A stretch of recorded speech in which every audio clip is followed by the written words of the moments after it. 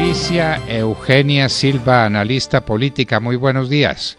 Buenos días, Fernando, y aquí pues simplemente viendo toda esa barbaridad, esa carnicería de ese señor Putin por allá en Ucrania y viendo que como nos decían en primera comunión, una canción que decía, ya llegó la fecha dulce y bendecida.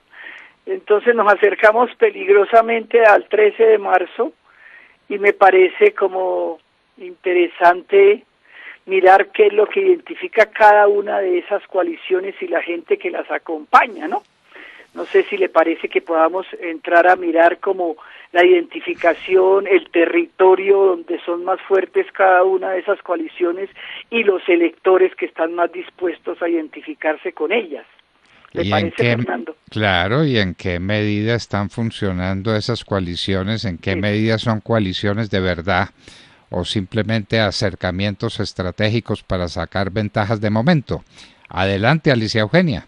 A ver, creo que lo que más identifica a la Comisión Centro Esperanza hoy son las peloteras entre los participantes, lideradas por un candidato que quizás nunca ha debido entrar ahí, que es ese personaje que se ha vuelto como tan tóxico, que es Alejandro Gaviria.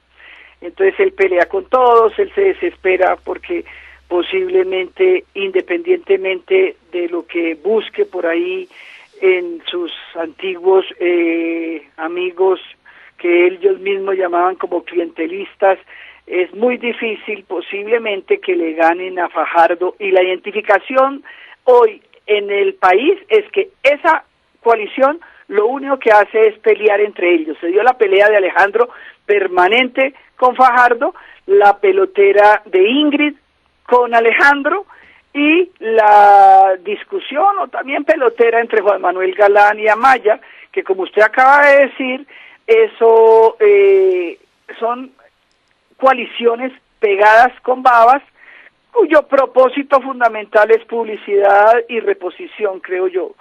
Pesos de reposición porque le van a devolver a la gente plata por cada persona que vote por la coalición. La coalición del pacto histórico, yo creo que la mejor forma de identificarla es como que todo vale ahí, y ha sido muy claro tanto Gustavo Bolívar como Petro en decir, vénganos en tu reino el que se me quiera acercar, porque aquí lo que toca es ganar a cualquier costo, con cualquier gente, no importa que hayan sido vinculados a narcotráfico de las FARC como lo fue Piedad, no importa que Roy Barreras esté tildado de una y mil cosas, no importa que Benedetti haya estado vinculado con el narcotráfico, todos nos sirven porque lo único que queremos nosotros es ganar, y cuando usted dice yo voy a ganar, todo vale, vale el populismo que ellos ofrecen, mieles para el futuro, y no cuentan que esas mieles no alcanzarán a ser disfrutadas cuando usted lo que está ofreciendo es acabar con el petróleo, acabar con todo lo que nos ha mantenido. Entonces, populismo, posverdad que llaman, que son las mentiras que se inventan para ganar las narrativas, y la polarización diciendo que todo lo que no son ellos no nos va a llevar a ningún paraíso, y el paraíso de ellos es la destrucción de todo lo que conocemos. Y la comisión, el equipo por Colombia, creo que hay dos enanitos que se crecieron. Uno es Fico y otro es Barguil. ¿Por qué se crecieron? Porque por primera vez se dieron cuenta que el candidato del Partido Conservador, que es David Barguil, puede tener una votación importante, y si algunos de las personas del Centro Democrático se deciden a votar por Federico Gutiérrez, él recogería unos votos importantes que hoy no están amarrados a ninguna consulta. Podemos pasar a mirar dónde están cuáles son los territorios de cada una de estas coaliciones.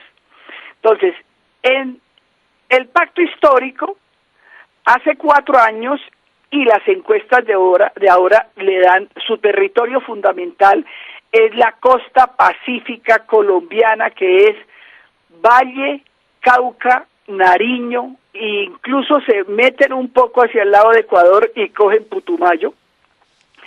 Algunos boticos en el Atlántico, pero sobre todo son áreas de inmensa ilegalidad, territorios de producción de coca, narcotráfico, donde no hay muchísima población, pero yo sí creo que ahí van a estar los electores muy presionados por los grupos armados que ahora llaman ilegales, que son las mismas FARC, el ELN por arriba en el Catatumbo, pero lo cierto es que ese pacto histórico está en áreas de narcotráfico y en aquellas ciudades donde fueron más fuertes los paros, apoyados incluso por algunos alcaldes, como el alcalde de Cali, que viene de una familia, su padre fue guerrillero. A la gente se le ha olvidado que la primera gran alianza del narcotráfico con grupos terroristas fue la toma del Palacio de Justicia, donde a nadie le quedó duda de que ahí el narcotráfico estuvo presente, junto con el M-19, y hoy se repite en áreas donde se está produciendo y, digamos, realizando, exportando esa producción de coca. Entonces, el territorio del pacto histórico, no me cabe duda que son áreas de inmensa ilegalidad, áreas de inmenso narcotráfico y áreas donde ha estado promovido y protegido esa primera línea dirigida por el señor Gustavo Bolívar, y donde Petro hizo mutis por el foro durante los paros de abril y junio del año pasado. Esos son los electores, digamos, ahí están ese es el territorio. El centro histórico, ¿dónde puede ser fuerte? El centro histórico puede ser fuerte en Bogotá, ¿cómo se llama? El Centro Esperanza, Bogotá y las grandes ciudades colombianas, pero sobre todo Bogotá. ¿Por qué? Porque tiene una alcaldesa que ahí le dice a Fajardo y después se pasan para donde Gaviria a decir nosotros le damos nuestros votos, tienen burocracia, una burocracia inmensa, pero esa gente de Bogotá, como Angélica y como la señora Claudia López, que yo siempre me arrepiento de que el día que fue elegida yo creí que la educación le había servido para aprender a gobernar, y dije yo, bueno, esta señora ha estudiado, pero es poco lo que le sirvió el estudio a Claudia en su capacidad de gobernar la ciudad. Pero digamos, el Centro Esperanza tiene la mayor parte de sus votos y tuvo la mayor parte de sus votos Fajardo hace 4 años en Bogotá y en algunas de las ciudades del eje cafetero. ¿Dónde está la fuerza del equipo por Colombia? La fuerza del equipo por Colombia. Y unido al equipo por Colombia tenemos que tratar el centro democrático, que alguna gente puede estar ahí tendiente a votar por esa consulta. Está fundamentalmente en el centro del país y por la presencia de la familia Char van a competir en el Atlántico fuertemente con Petro, que hace 4 años tuvo alguna presencia en el Atlántico, y en Sucre y en Córdoba ese equipo por Colombia se va a lidiar con el mismo Petro porque tienen a una persona como Barguil. Entonces, resumiendo, territorio del pacto histórico, la costa pacífica colombiana con inmensa presencia del narcotráfico, con inmensa presencia de la ilegalidad y con promoción de sus líderes de los paros. El Centro Esperanza va a tener la mayor parte de sus votos en Bogotá y en las grandes ciudades, y el equipo por Colombia, al igual que lo que pasó hace 4 años con el presidente Duque, va a estar en el centro del país y en algunas de las fronteras con Venezuela por el temor que Venezuela genera en la población colombiana de llegar finalmente a los desastres que ese país está llegando. Y yo no quiero ni imaginarme lo que hubiera sido la vacunación manejada por Gustavo Petro si hubiera sido presidente hace 4 años. Hoy la vacunación, desde el New York Times, nos pone como uno de los 8 países que mejor ha manejado la vacunación en el mundo. Entonces, yo no quiero pensar que hubiera sido eso con una persona distinta a los actuales gobernantes. Entonces, podemos mirar dónde el equipo por Colombia, donde va a tener su fuerza. En el resto, en el centro del país, donde el Partido Conservador es importante, en el Valle del Cauca, con Dilian Francisca le van a pillar unos voticos a Petro, pero y en el Atlántico, como habíamos dicho, Char, y Barguil puede ser que se lidie y le gane los votos en Sucre, que es donde proviene supuestamente Petro, y Córdoba, que es donde nació Barguil. Entonces, eso es con respecto a territorio. Y cuando miramos los electores ya como por listas del Congreso, ¿qué encontramos? El pacto histórico tiene 6 mini partidos, unos partidos ahí minoritarios que sumando de a 4, de a 5, de a 6, sumando las FARC que tienen 5 curules que les regalaron y sabiendo que el ELN los está apoyando, pues tienen es la gente que viene de esos partidos que se come el cuento populista, que se come el cuento de que este país no ha pasado nada bueno, y entonces pueden terminar con una votación alta en cuanto a congresistas, pero jamás, como está diciendo Bolívar, de más de 30 congresistas. Eso jamás lo creo. Entonces yo creo que el centro histórico va a recoger esa población vinculada o sometida, más que vinculada, al narcotráfico, y esa población promovida por ellos para la violencia, digamos, urbana en algunas ciudades.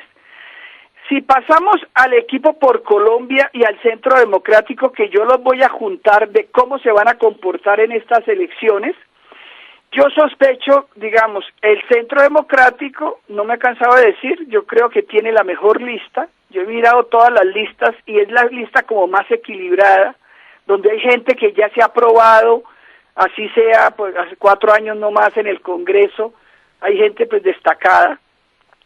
Y los otros partidos políticos son los partidos políticos más fuertes del Congreso de la República hoy, y en el fondo este grupo defiende las libertades y sabe que el populismo, esa posverdad que son solo mentiras y la polarización le hacen mucho daño al país. Yo creo que esta coalición entiende los grandes logros que ha tenido Colombia que los otros desconocen en cuanto a disminución de la mortalidad infantil, que es impresionante, en cuanto a aumento de la esperanza de vida al nacer de los colombianos. Este gobierno en los últimos 4 años le entregó a millones de colombianos agua potable, y no podemos desconocer que los logros en salud y educación son monumentales si uno mira las estadísticas colombianas de los últimos 50 años. No podemos caer en lo que cayó Chile, que esos comunistas, porque el señor Boris viene del Partido Comunista, le dio por contar unos cuentos donde desconocían los grandes logros que Chile tuvo a lo largo de las décadas como un país con unos inmejorables índices de salud, de educación y de los indicadores que son importantes para poder lograr una buena vida. Es que nosotros no podemos quedarnos como los rusos, que como decían ayer los ucranianos, parte del problema de Rusia es que los rusos se dan cuenta que Ucrania ha tenido un crecimiento mucho más importante porque decidió unirse a Occidente en cuanto a valores y defensa de las libertades. Nosotros, donde hubiéramos tenido al señor Petro, hoy estaríamos en el eje Venezuela, Nicaragua, Cuba, y ellos están locos por coger Colombia. Eso no es una amenaza, digamos, que no esté al orden del día. Entonces yo creo que esa cosa podemos decirlo con respecto a coaliciones, pero también podemos, Fernando, si le parece, no analizar toda la encuesta última de Jan Haas, porque lo que se refiere a candidatos no nos dice nada. Pero hay unas preguntas que nos dan alguna ilusión de por qué los colombianos, casi que cualquiera que pase a la segunda vuelta distinto de Petro, le podrían ganar a Petro. Y me explico, no sé si ustedes revisaron la encuesta de Jan Haas. Hay unas preguntas muy interesantes. porque se le pregunta a los encuestados, que fueron un poco más de 1.200, si su vida o la de su familia va por buen camino. Y el 89% de los colombianos entrevistados dicen que va por buen camino. Eso quiere decir que parte de lo que hemos hecho los colombianos, al no irnos a esa locura que es esto, lo de Petro hace 4 años y lo que nos están proponiendo ahora, la gente dice, el 90% de la gente está diciendo que va por buen camino. Les preocupa la economía y la corrupción en unos niveles que, pues dicen que el 25% está preocupado por la economía y el 20% por la corrupción, y yo creo que ahí, sobre todo en cuanto a la corrupción, hay que hacer algo, pero fundamentalmente el que llegue tiene que llegar a dar buen ejemplo, porque es que si usted no da buen ejemplo, muy difícil que las leyes le ayuden, y eso no es lo que vemos en gobernantes, digamos, locales que se hacen elegir, como pasó en el caso de Bogotá, por una señora que se gastó 200.000 millones de pesos del erario público diciendo que iba a combatir la corrupción, y uno no ve dónde está ese combate a la corrupción. Hay otra pregunta muy interesante que lo lleva a uno a pensar que este país no se va a ir a las garras del pacto histórico. Le preguntan si la situación propia o la de su familia se vio afectado en algún momento por el paro.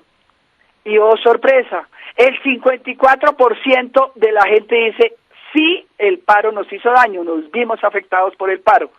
Quiere decir que más de la mitad de la población no es que esté tan contenta con los paros que el pacto histórico promueve. Pasemos a otra pregunta que es muy interesante, porque le preguntan a la gente si la situación económica del entrevistado o la de su familia se ha visto afectada por la pandemia, y aquí el 81% dice que sí y el 19% dice que no. Pero yo lo que quiero es que la gente piense cómo habría sido el manejo de la pandemia por una persona del pacto histórico, cómo ha sido el manejo de la pandemia en Venezuela y cómo ha sido el manejo de la pandemia en Nicaragua y en Cuba. Estaríamos todavía, yo creo, esperando las vacunas rusas para ver si estábamos todos vacunados, cuando en Colombia todo el que ha querido vacunarse ha podido vacunarse en este momento con la tercera dosis si usted es mayor de 18 años. Entonces, hay otra sobreseguridad que se nota que está empeorando en las ciudades, pero a mí me parece muy interesante estas preguntas sobre economía, sobre empleo y sobre nivel de vida, que como decían los gringos, lo importante es la economía. Si la economía comienza a funcionar, yo veo que cualquier persona en su sano juicio es capaz de decir, yo prefiero un gobierno que defienda las libertades, porque nosotros estamos enfrentados ante un gobierno que defienda las libertades u otro que quiera esas dictaduras que llaman latinoamericanos, que no han llevado a ningún buen puerto, ni a Nicaragua, que eso es un desastre, y mucho menos a Venezuela. Eso es lo que tengo para decir hoy, Fernando. Alicia Eugenia Silva, muchísimas gracias. Quedamos pendientes del desenvolvimiento que tengan estas alianzas, que no sabe uno bien realmente cuál es su soporte íntimo, en qué andan. Y usted hablaba de la alianza entre el señor Petro y el narcotráfico. Pues recordémosle a nuestros oyentes, recordémosle a la gente que la toma del Palacio de Justicia la hicieron los amigos de Petro. Petro no entró al Palacio de Justicia porque estaba en la cárcel, eso lo salvó de morir probablemente, y todo lo que fue la logística, todo lo que fueron los medios que se utilizaron, los puso Pablo Escobar. De manera que la alianza entre Petro y Pablo Escobar es conocida, viene desde el año 85-86 con pruebas al canto de lo que ocurrió en aquella época trágica para el país. Alicia Eugenia Silva, inmensamente agradecidos con tu presencia en la Hora de la Verdad. Muchas gracias por la invitación y así el M-19 se haya legalizado, ellos empuñaron las armas, ellos fueron terroristas y ellos asesinaron colombianos, ellos violaron sistemáticamente la ley y eso no se nos puede olvidar. Una cosa es perdonar, una cosa es el perdón y otra cosa es el olvido. No cabe duda ninguna, el perdón es el perdón, pero el olvido es trágico para las naciones que están expuestas a repetir la historia. Alicia Eugenia Silva, muchísimas gracias de nuevo por estar en la hora de la verdad. Gracias a usted, Fernando, y buen día a todos los oyentes. Alicia Eugenia Silva hacía un balance extraordinario de lo que son las famosas alianzas que se presentarán el próximo domingo 13 de marzo a la consideración de los colombianos. En la hora de la verdad, 8:07.